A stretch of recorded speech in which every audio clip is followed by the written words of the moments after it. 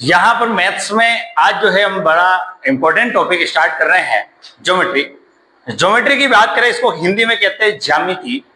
देखो यहाँ पर जो है हमको एंगल की जानकारियां होनी चाहिए।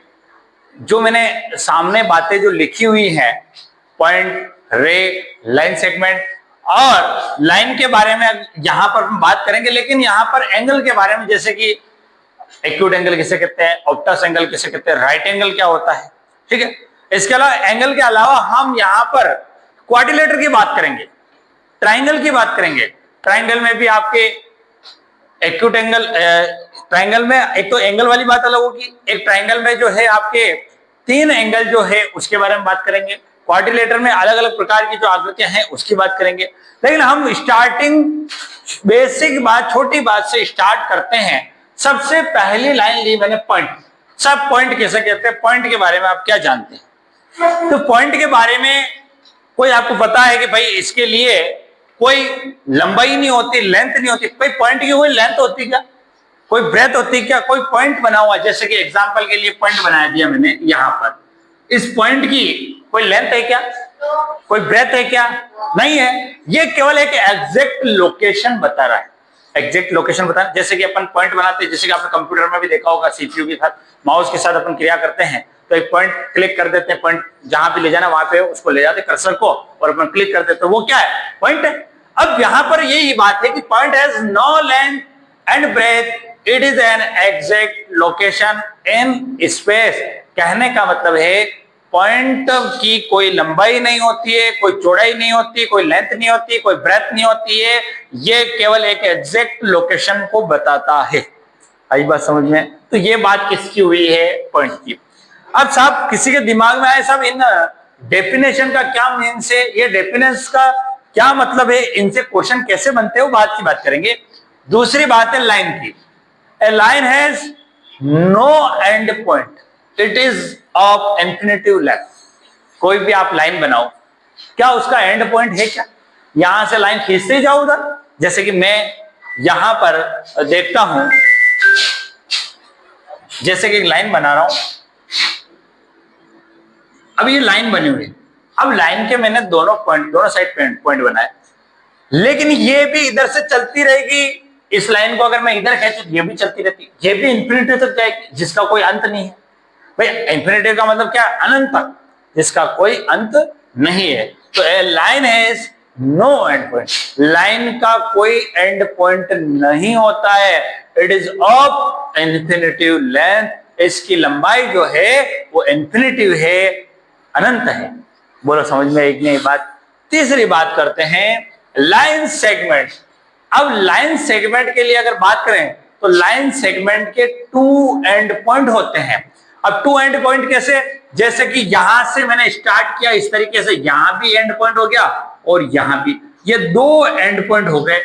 अब देखो a line segment has 2 end point. Line segment का मतलब होता है जिसके दोनों तरफ, इधर से भी खींचे तो एंड हो रहा है, इधर से भी खींचे तो एंड हो रहा है। जबकि लाइन में क्या होता है, जिसकी कोई लेंथ नहीं होती है, वो इंफिनिटी तक चलता रहता है, नो एंड पॉइंट। बात समझेंगे, समझे? तो लाइन और लाइन सेगमेंट में आपको समझ में आई बात। चौथी बात करते हैं रे की। अब रे की बात करें तो रे जो होती है किरण, जिसे हम हिंदी में बोलते हैं किरण। अब रे की बात करें तो यहां किसी एक पॉइंट से रे जो है वो चलती रहती है, जिसका कोई एंड पॉइंट नहीं होता है, चलती ही रहेगी। बात समझे? तो ए रे हैज वन फिक्स्ड स्टार्टिंग।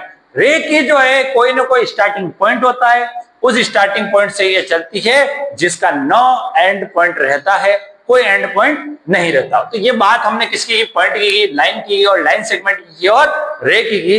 ये जो है बेसिक बातें, इनकी डेफिनेशन जो है आप देख लो, याद कर लो। हमने पॉइंट की बात की, रे की बात की, लाइन की बात की, लाइन सेगमेंट की बात की। अब मेरे दोस्तों यहां पर अपन acute angle, obtuse angle, right angle, straight angle, इन एंगल के बारे में जानकारी हासिल करेंगे। लेकिन उससे पहले यहां पे सबसे पहले जो बात करेंगे, एक्यूट एंगल की बात करते हैं। एक्यूट, एक बच्चा होता है, छोटा बच्चा, अपन क्या कहते हैं, क्यूट बच्चा है ना। तो यहां पर अपन सब काम 90 डिग्री पर सोचेंगे। कैसे? अगर 90 डिग्री से कोई कम है तो उसे हम छोटा मानेंगे, एक्यूट मानेंगे। क्या मानेंगे? एक्यूट मानेंगे। और अगर राइट एंगल है तो वो 90 डिग्री है। ऑब्टूस एंगल है, इसका मतलब वो 90 से ज्यादा, greater than 90 and less then 180 degree.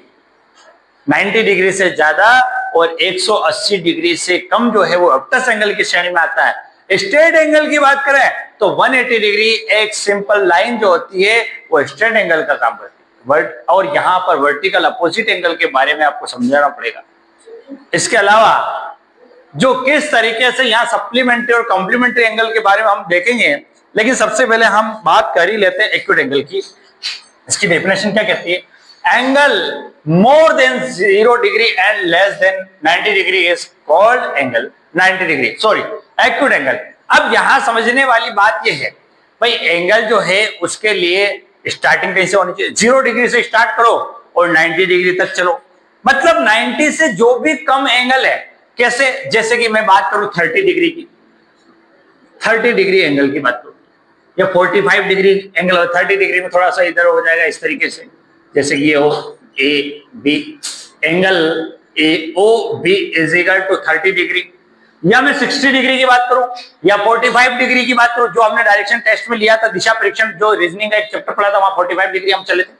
तो यहां पर समझने वाली बात है, एग्जाम्पल के लिए आप 30 डिग्री मान सकते हो, 45 डिग्री मान सकते हो, 60 डिग्री मान सकते हो, 70 मान सकते हो, जो भी 90 डिग्री से कम है वो सब किस में आएंगे?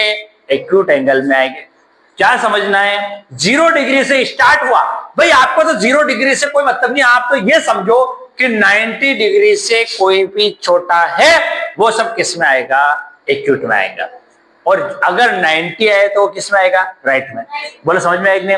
तो 90 से जितने कम वाले लेस देन जितने भी एंगल है वो सब एक्यूट एंगल में आएंगे। अब बात करते हैं second, right angle. Angle of 90 degree is called right angle. Right angle को इसको एक तरीके से हम देखें तो यहां ज्यादातर हम पाइथागोरस प्रमेय का भी प्रयोग करते हैं ट्राइंगल बना के। अब किस तरीके से हम काम करेंगे, देखो यहां समझने वाली बात है, ये कभी भी एक तरीके से सीधी लाइन इस तरीके से बनती है तो ये 90 डिग्री का काम करती है। बात समझे? अगर घड़ी में हम 9 बजे फिक्स 9 बजे की बात करें तो 9 बजे घड़ी में 90 डिग्री एंगल बनता है, फिक्स 9 बजे। छोटा काटा इस तरीके से, देखो ये अभी इधर बनाया मैंने, इधर इस तरीके सीधा सीधी रेखा 9 बजे 90 डिग्री का काम करे। तो यहां पर ये 90 डिग्री है साहब एंगल, और यहां पर जैसे कि मैं इसको O मान लू, ए मान लू B, angle A O B is equal to 90 degree, और एंगल बी ओ ए बी 90 डिग्री। चाहे मैं इधर से गिनो चाहे इधर से गिनो, ये कितने डिग्री आ रहा है? 90 डिग्री। तो क्या समझे मेरे दोस्तों, यहां पर एंगल की अगर बात की जाए तो एंगल ऑफ 90 डिग्री में ये ध्यान रखना, राइट एंगल में ना तो 90 से बड़ा आएगा ना 90 से छोटा आएगा, no less than 90 and no greater than 90।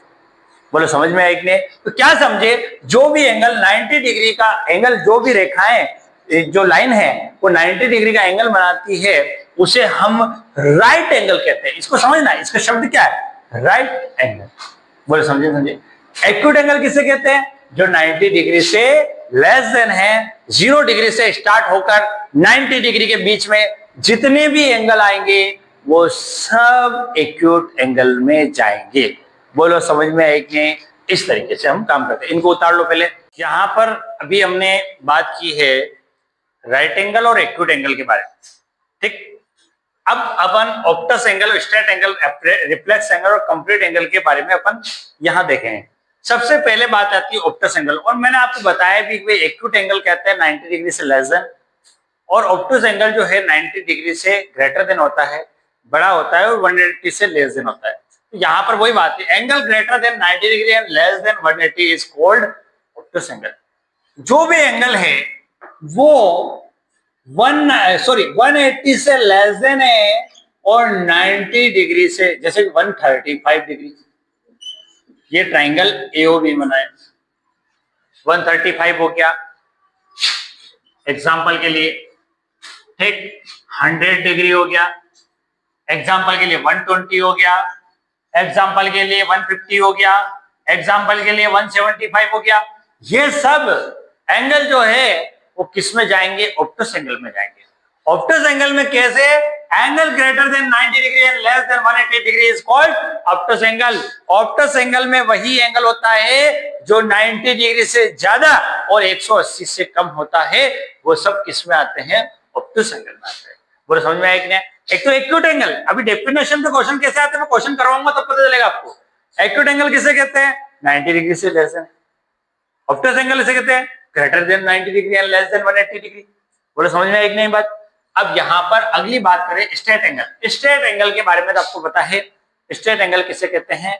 एक सरल रेखा, एक आदमी यूं चल रहा है, वापिस यूं चल रहा है, इसका मतलब एक सरल रेखा में घूम रहा है, सिंपल लाइन में घूम रहा है। कैसे? यहां पर एग्जाम्पल के लिए ये 180 डिग्री, ठीक, 180 एंगल इज 180 डिग्री के एंगल को हम स्ट्रेट एंगल कहते हैं। अच्छा, 90 डिग्री के एंगल को क्या कहेंगे बेटा? Right angle. और स्ट्रेट 180 डिग्री को क्या कहेंगे? स्ट्रेट। तीसरी बात करें रिफ्लेक्स एंगल। रिफ्लेक्स एंगल किसे कहते हैं? देखो, एक व्यक्ति होता है, एक व्यक्ति या घड़ी की सुई की बात करें, वो एक बार घूमती है किसी समय से, उसी संख्या पे वापस आती है। अगर मिनट की सुई तो 60 मिनट चल जाती है। इसका मतलब 360 डिग्री घूमता है। अगर मैं यहाँ खड़ा हूं, मैं पूरा एक चक्कर यहाँ से घूम के वापस इसी जगह आऊं, इसका मतलब कितना? 360 चलूंगा। यहां पर ऐसा ही है कि angle which is greater than 180 degree, ऐसा एंगल जो 180 180 से ग्रेटर देन है और लेस देन 360, 360 से 360 डिग्री से लेस देन है, ऐसे एंगल को रिफ्लेक्स एंगल कहते हैं। बोलो समझ में एक नहीं बात। रिफ्लेक्स एंगल जिसमें बात समझने वाली बात है 180 से ज्यादा, या मैं इसको कहता हूं 315। जैसे कि एक चक्कर काट रही घड़ी की सुई, यहां तक चली, अब उसको 45 डिग्री और चलना है, इसका मतलब ये वाली बच गया। मैं इस एंगल को 315 डिग्री कह सकता हूं। AOB, ट्राइंगल AOB में जो है ये एंगल 315 315 डिग्री बना। 315 डिग्री जो होता है वो 360 से 45 डिग्री कम। इसका मतलब ऐसा एंगल जो 180 से ज्यादा और 360 से कम हो, वो किस में आता है? रिफ्लेक्स एंगल में आता है। वापिस समझेंगे, क्या समझेंगे? Angle which is greater than 180 degree and less than 360 degree is known as reflex angle. तो एक बात एक्यूट ऑप्टस एंगल की बात हो गई, स्ट्रेट एंगल की बात हो गई और रिफ्लेक्स एंगल की बात हो गई। एक बात और मैं यहां साथ के साथ आपको बता ही देता हूं कंप्लीट एंगल के बारे में। कंप्लीट एंगल, कंप्लीट एंगल किसे कहते हैं? अब देखो, angle of 360 degree is called complete angle. ऐसा एंगल जो 360 डिग्री हो। अब आपसे क्या क्वेश्चन ये पूछेगा, कंप्लीट एंगल किसे कहते हैं? 180, 90, 270 या 360 किसे कहते हैं? 360। तो 360 डिग्री जो है एक कंप्लीट एंगल कहलाता है। एक जगह से गए वापिस उसी जगह आ गए, इसका मतलब 360 डिग्री घूम गए। तो आपको तो केवल ध्यान रखनी है, स्ट्रेट एंगल 180 को कहते हैं, कंप्लीट एंगल 360 को कहते हैं, और राइट एंगल 90 डिग्री को कहते हैं। 90 degree less than acute angle, greater than 90 degree and less then 180 Optus angle, greater than 180 and less than 360 degree आपके कौन सा एंगल हो गया बेटा? ये रिफ्लेक्स एंगल। बोलो समझ में आया कि नहीं? तो हमने अभी जो भी एंगल की बात की, उसके बाद हम डिफरेंस बिटवीन ऑफ एंगल के बारे में बात करेंगे। पहले आप ये देख लीजिए। आगे हम बात कर, देखो हमने एक्यूट एंगल, ऑप्टस एंगल के बारे में बात कर ली, रिफ्लेक्स एंगल के बारे में बात कर ली, कंप्लीट एंगल के बारे में बात कर ली, स्ट्रेट एंगल किसे कहते हैं ये समझे। अब कॉम्प्लीमेंट्री और सप्लीमेंट्री एंगल के बारे में समझते हैं। देखो, कॉम्प्लीमेंट्री एंगल किसे कहते हैं, सप्लीमेंट्री एंगल किसे कहते हैं? तो दो एंगल जिनका सम जो है 90 डिग्री होता है, उसे कॉम्प्लीमेंट्री एंगल कहते हैं। और दो एंगल ऐसे जिनका सम जो है 180 डिग्री होता है उसे सप्लीमेंट्री एंगल कहते हैं। यहां पर कॉम्प्लीमेंट्री की एक डेफिनेशन लिख रखी है, if the sum of two angles is 90 degree then they are called complementary angle is angle of each other. मतलब यहाँ θ1 और θ2 दो एंगल की बात करेंगे। जैसे हम यहाँ बात करते हैं, इस तरीके से मैंने एंगल बनाया, ये राइट एंगल है 90 डिग्री, लेकिन अगर मैं इसको बीच में से इस तरीके से काटूं, ये 45 डिग्री और ये 45 डिग्री, अगर दोनों 45 को प्लस करो तो कितना आता है 90 डिग्री। तो θ1 और θ2 कोई भी दो एंगल का सम जो है वो 90 डिग्री होता है, उसे कॉम्प्लीमेंट्री एंगल कहते हैं। तो यहाँ 45 भी हो सकता है, 30 प्लस 60 भी हो सकता है, 60 प्लस 30 भी हो सकता है, 50 प्लस 40 भी हो सकता है। मतलब कुल मिला के दो एंगल ऐसे जिनका सम जो है वो 90 डिग्री होता है, उसे कॉम्प्लीमेंट्री एंगल कहते हैं। बोलो समझ में एक नहीं। दूसरी बात करते हैं सप्लीमेंट्री एंगल।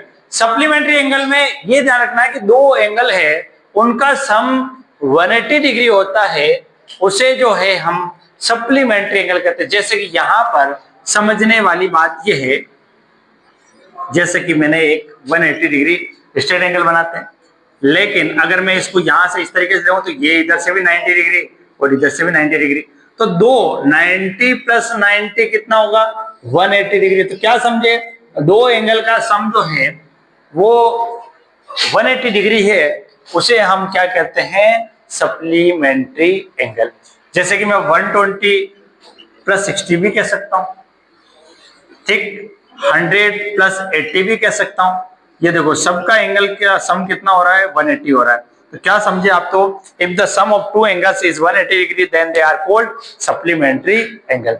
क्या समझे कॉम्प्लीमेंट्री और सप्लीमेंट्री में, कॉम्प्लीमेंट्री में दो एंगल का सम जो है वो 90 डिग्री बैठता है, और वह सप्लीमेंट्री में जो है दो एंगल का सम 180 डिग्री, चाहे वो कोई सी भी संख्या हो लेकिन उनका सम जो है 180 आना चाहिए। ठीक है, तो ये बेसिक ज्योमेट्री के बारे में जो है मैंने जानकारी आपको दी है। अब यहाँ पर वर्टिकली अपोजिट एंगल के बारे में और आपको देखना है। इसके अलावा आपको ट्राइंगल और क्वाड्रिलेटरल के बारे में भी अपन देखेंगे, लेकिन अभी ये बेसिक बातें जो है मैंने की है, यहाँ तक आज की क्लास यहीं तक रखेंगे, फिर अपन कल वापस इसके आगे लेंगे।